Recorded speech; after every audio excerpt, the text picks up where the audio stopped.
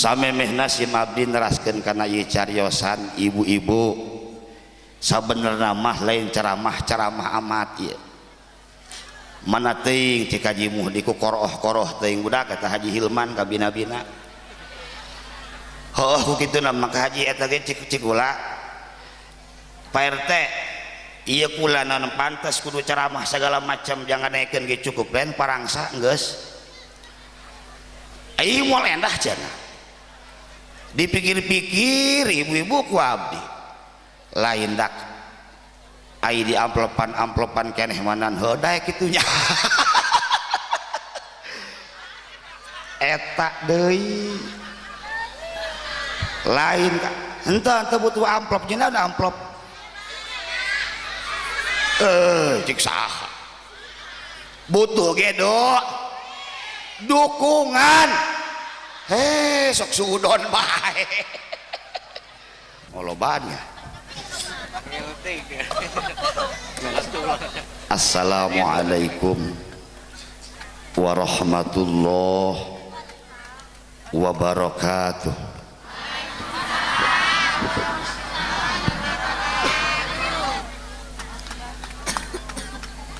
Alhamdulillah wa syukru ala ni'amillah wala hawla wala quwwata illa billah. Allahumma sholli ala sayyidina Muhammad wa ala alihi wa sahbihi ajmain. Qala rabbi shrah li sadri wa yassir li amri wahlul 'uqdatam min lisani yafqahu qawli waj'al li wazira min ahli.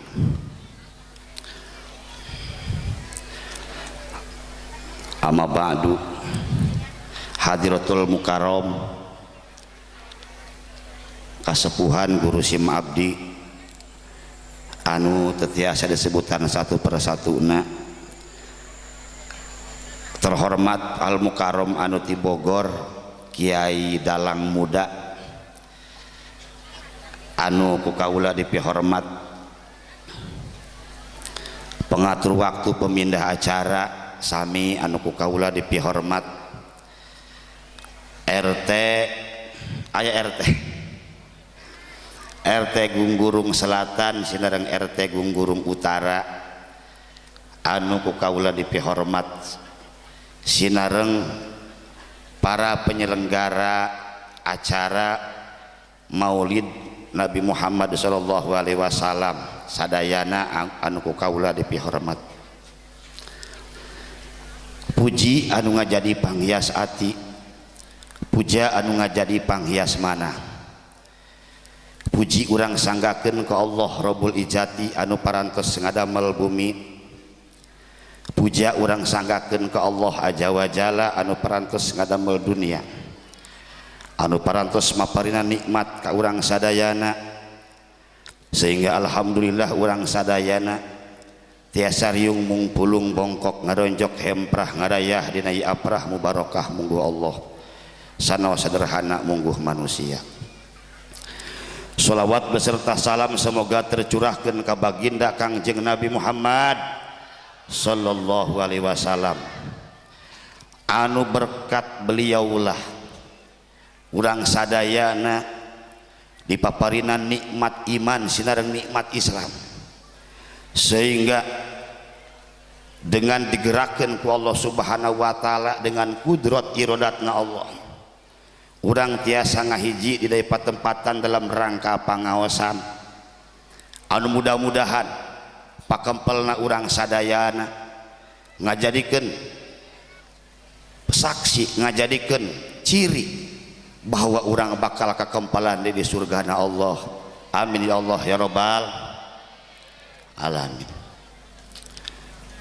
Samemehna si Abdi neraskeun kana ieu cariosan ibu-ibu sabenerna mah lain ceramah amat ieu mana teuing cik Haji Muhdi ku koroh-koroh teuing budak kata Haji Hilman ka bina-bina heuh ku kituna maka haji eta ge cik ulah Pak RT iya kula non pantas kudu ceramah segala macam jangan naikkeun ge cukup lain parangsa geus ieu moal endah cenah dipikir-pikir ibu-ibu ku abdi lain dak ai di amplopan keneh manan heudae kitunya eta deui lain henteu butuh amplop jeung naon amplop cik saha butuh ge dukungan sok sudon bae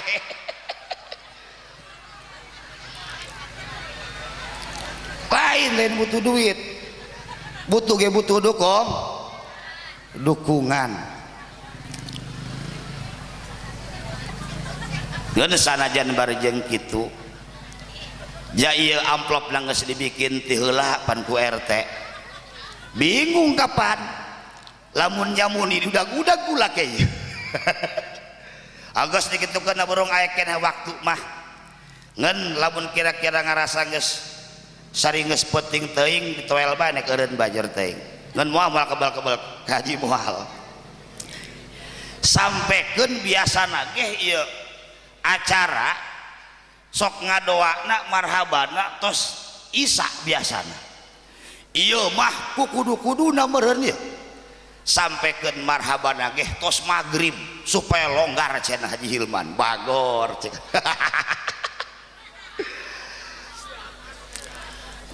teu masalah lah anu penting masyarakat sadayana aya dina semangat aya dina suatu saat kelak lebih maju deui dina urusan ngemban dina urusan ngareah-reah kelahiran Kangjeng Nabi Muhammad sallallahu alaihi wasallam. Jamaah Bapak Ibu sadayana,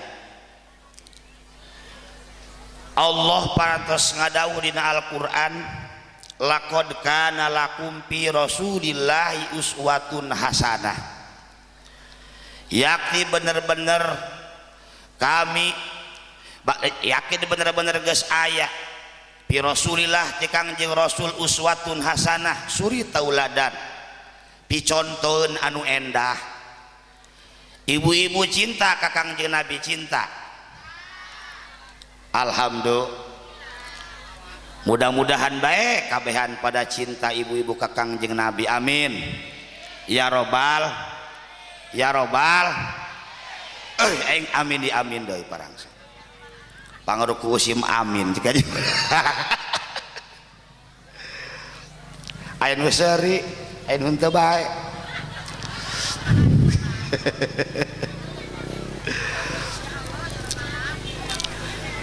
Jadi Kangjeng Rasul ngajarkeun ka umatna patut orang sebagai umatna bener-bener cinta mah jeung ngarasa orang sebagai umat Nabi nurutan Kangjeng Nabi jeung ngalaksanakeun kana parentah Nabi.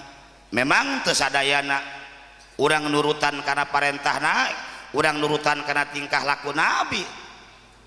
Seperti awewe pan Kangjeng Nabi kapungkur telok make jilbab, awewe mah diparentah ku Kangjeng Nabi supaya make jilbab gareulis lah katempona ge nya engke heula esuk heulaan bae can-can acan.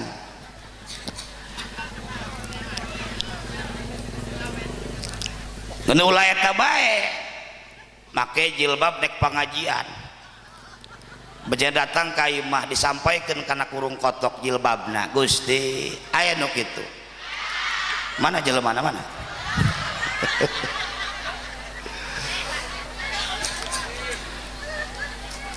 jadi orang kudu mengikuti aturan Nabi. Diantarana ibu-ibu nyuhade dina masalah aurat kadang loba para ibu sadayana dosa anu teu karasa. Diantarana sari endah bae horeng mah teu eureun doraka, diantarana endung dicandung ku salaki. Ampura keke can anggos atuh endah bae anu penting mah bisa adil.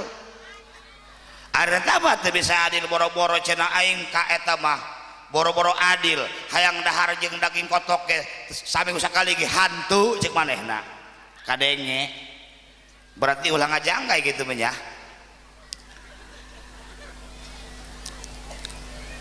Ngen eta salah satu Kangjeng Nabi kapungkur, istri-istri Nabi kapungkur kapan ya itu. Sehingga lamun orang naik mengikuti aturan Nabi, ikuti diantarana cek abi teh tadi teh orang kudu naik daek nutupan aurat. Ieu masalah aurat dikajinya. Bahkan ke zaman corona bae geh kapan anehna ari anu make masker mah henteu ditangkep dan ngaranna ai anu make pakaian anu teu make jilbab mah henteu kuna naon aya make masker mah ditangkep baheula. Jadi zaman baheula para ibu sadayana eta jalma aya anu kasebut abid aya anu kasebut merdeka. Naon aya anu kasebut abid? Abid eta atanapi amat jalma belian bisa dijual belikeun eta amat. Eta auratna sarua jeung lalaki baina surati warukbah antara bujal jeung tuur. Geun kuari mah eueuh amat. Tapi ternyata kalakuanna mah loba keneh ya amat, bener. Ngebreh-ngebreh bitis aya. Ngebreh-ngebreh bujal aya. Leung lamun bitisna bagus pukul bagoreng bawangan. Gusti eta sarwiti ngan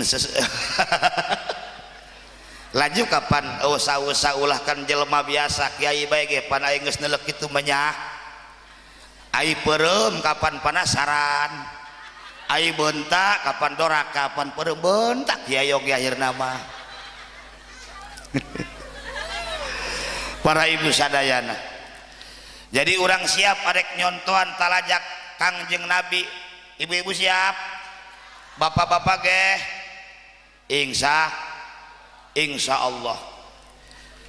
Para ibu bapak sadayana di zaman kuari bahkan abdi kamari keneh maka mari rapat jeung Kapolsek jeung dan Ramil jeung kecamatan sagala ngomongkeun tentang kenakalan remaja. Kaji Mudi naon ai kenakalan remaja? Jadi budak remaja kuari eta geus usimna hayang gegelutan bae, hayang lalagaan bae, bahkan anu pake khawatir zaman kuari eta sok sieun ngalobakeun nginum komik jeung naon nu kararitu naudzubillah. Jadi kepada ibu-ibu anu baroga anak nyuhade nya ulah ngeun saukur belajar umumna bae,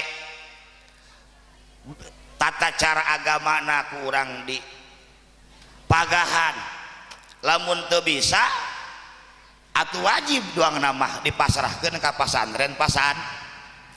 Hayang ibu-ibu boga anak soleh hayang anakna masantren teu selamat bermimpi. Ayo boga ayo kahayang doang nu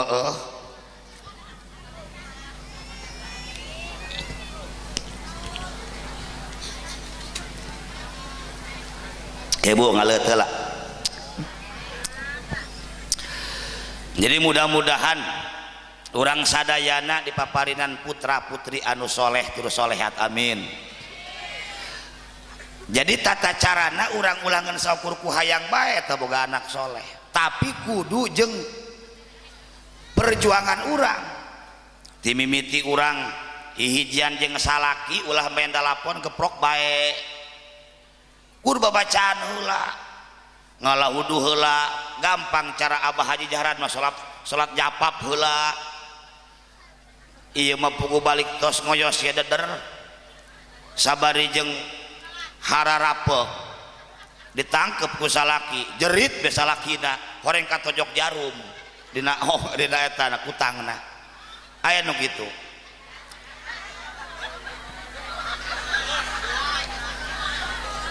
Jadi make pakaian anu endah ya jeung deui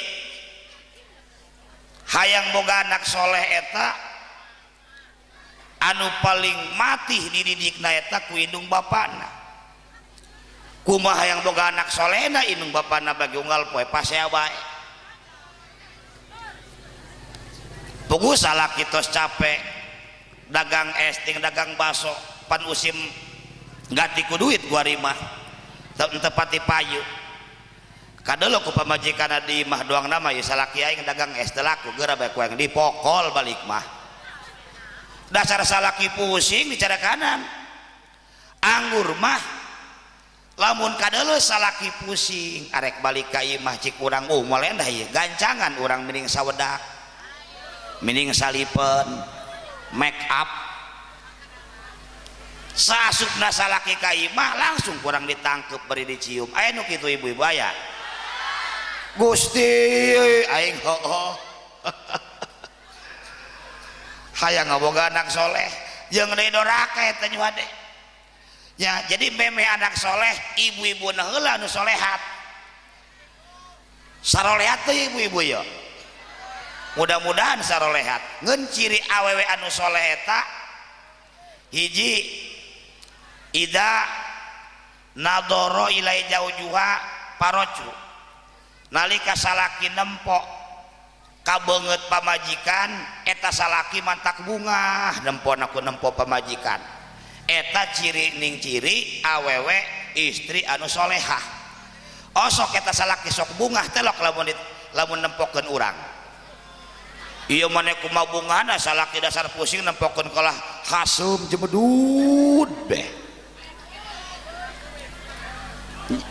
kalah nyare kanan bae Gusti tas sia macena batur mah ka mana aing mah dia macena ngeun ngome-ngome samping bae oh mending diapong salaki mah ya eta awas nyuhadeh bising urang dosa teu karasa eta kanu ngajadi salaki hiji selanjutnya ida amaro lamun salaki marentah kadu kajadi pamajikan atau acu maka nurut karena perintah salaki eta ciri-ciri awewe anu solehah ibu-ibu sok nurut hah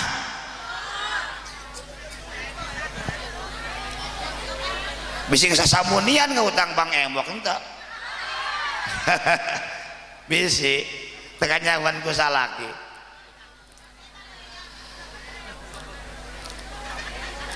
yang deui diantarana awewe anu solehat eta idagoba jaujuha hafidocu nalika salaki keur eueuh hafidocu mah eta ngaraksa henteu gagabah teh ya teu ngomekeun hartina henteu daek cat-catan wa-waan jeung nu sejet ieu masalah kieu nyar kesempatan aya nu kitu aya mana jelema mana aing medak segala aya ieu di dieu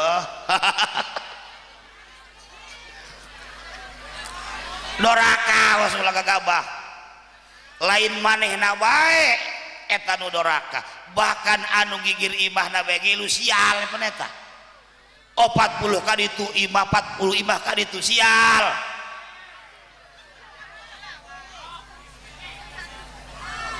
aing teu kaharti ya munasabah ya kula ripuh bae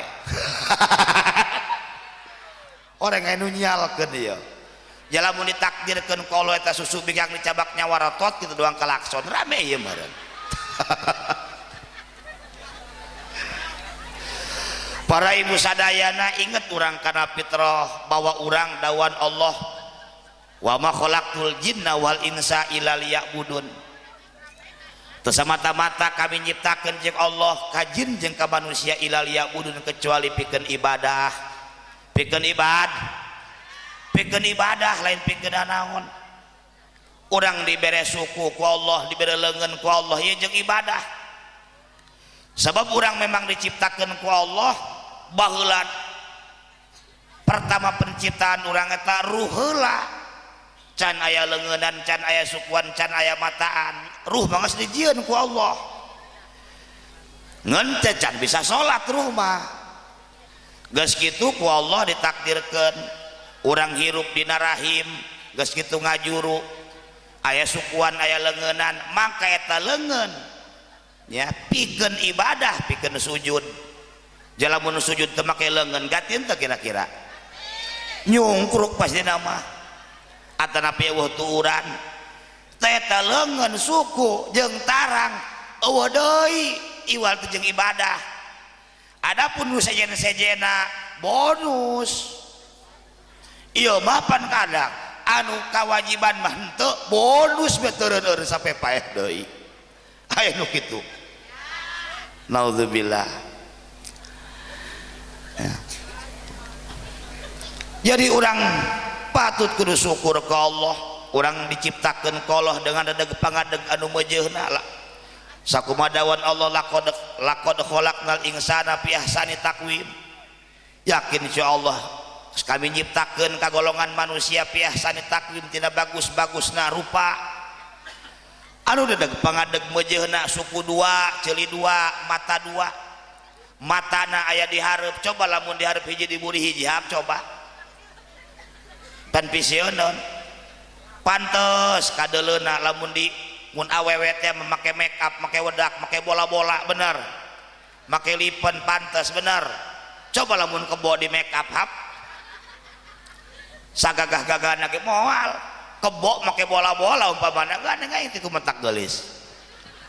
Jadi jelas jelema mah ku Allah diciptakeun anu sa pantes-pantesna ya. Laqad khalaqnal insana fi ahsani taqwim tsumma radadnahu asfala safilin. Selanjutnya ngembalikan kami cik Allah ka manusia eta asfala safilin, balik deui ka budak deui. Memang heueuh kadang-kadang mah geus kolot mah sari duang budak deui loba ka poho aki-aki eker ya incuna careurik kabeh dari ya cenah ngaleungitkeun solotrong aing geus careurik incu saopatna geus capek eta aki-aki ngusap beungeut horeng mah nyentet bae dina bibir ku poho kapan eta geus kolot mah. Kadang mah ka sawah bae ge wanci magrib nek ka mana ambu nek ka sawah puguh mah magrib suare geus subuh dak cenah. Jadi balik deui ka awal ya. Jadi mudah-mudahan urang sadayana dijantenkeun manusia anu berakhlakul karimah, amin, anu bisa mensyukuri ka nikmat-nikmat anu geus dibikeun ku Allah ka urang. Kumaha masih kene waktu ya kiroman kitu kula ya nek eureun-eureun hade ge aing entah dalam situasi baik enggak kuas nek ilu ngamplopan baik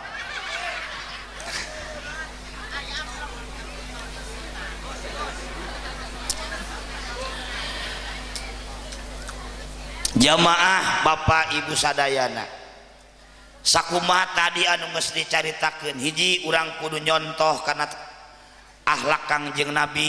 Kitu deui ibu-ibu kudu jadi jalma anu solehat, bapak-bapana ge sarua deui kudu soleh. Sebab dina rumah tangga sanajan ibu-ibuna solehat ai bapak-bapana teu soleh mah tetep bae ngaco-ngaco keneh. Tetep kudu aya berimbang hartina salakina tuh kudu bagus, pamajikanna ge kudu endah. Ngaranna insyaallah ieu mah kadang pamajikan bager sagala ge sabodo bae salaki nyandung bae mah pennyah kebal-kebal mah pamajikan ge ninggalkeun bener tak bisi hayang dicara andung jara repeh bae eta aya dongengna lain dongeng ieu beneran. Jadi engke di akhirat para ibu sadayana engke eta bakal dipanggilan ku malaikat cik malaikat sarkunah kulantaran eta sarkunah baheulana dicandung maka sarkunah diberi kunci lawang surga. Selanjutnya sariem maju sariem eta nu dicandung kabehan dipanggilan kabehan laju pan anu teu dicandung pan ngomong pan cenah kami mah teu dicandung ku maneh baheula pan ku maneh cenah ulah atulah bebeja cenah ya panen ngomong ke nyandung bae ah lain teu kiamat di arep perlombaan nek coba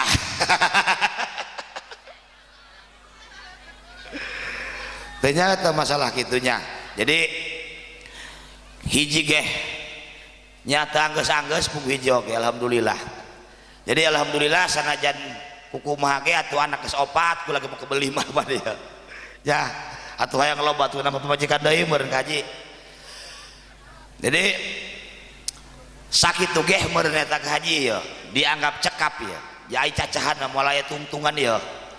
Mudah-mudahan sanajan bari jeung leutik karuyani ka Herman ya emang patna ya aya mangpaatna mudah-mudahan intina mah tadi teh urang eta kudu nyontoan ka akhlak-akhlak Kangjeng Nabi jeung ibu-ibu kudu jadi awewe anu solehat nurut kanu ngajadi salaki jeung urang tujuanna ge kaul diciptakeun pikeun ibadah jeung urang bakal maot nyu hade ibu-ibu ieu sedangkan maot teh kapan teu nyaho iraha kadang-kadang mah cager ge horeng isukan nama paeh kamari keneh mah cenah ngobrol teh si eta cenah jeung aing kuari paeh cenah pan ku babari aya nu paeh loba anu paeh beak rumah sakit mana-mana aya nu kubodrek hiji ge paeh geus beh ku misakir hiji ge geus beh paeh nu kitu bae kapan jadi mudah-mudahan urang mah kabehan paeh na paeh husnul khotimah amin ya Allah ya rabbal bila itu taufiq wal hidayah. Assalamualaikum warahmatullahi wabarakatuh. Kabayar sakit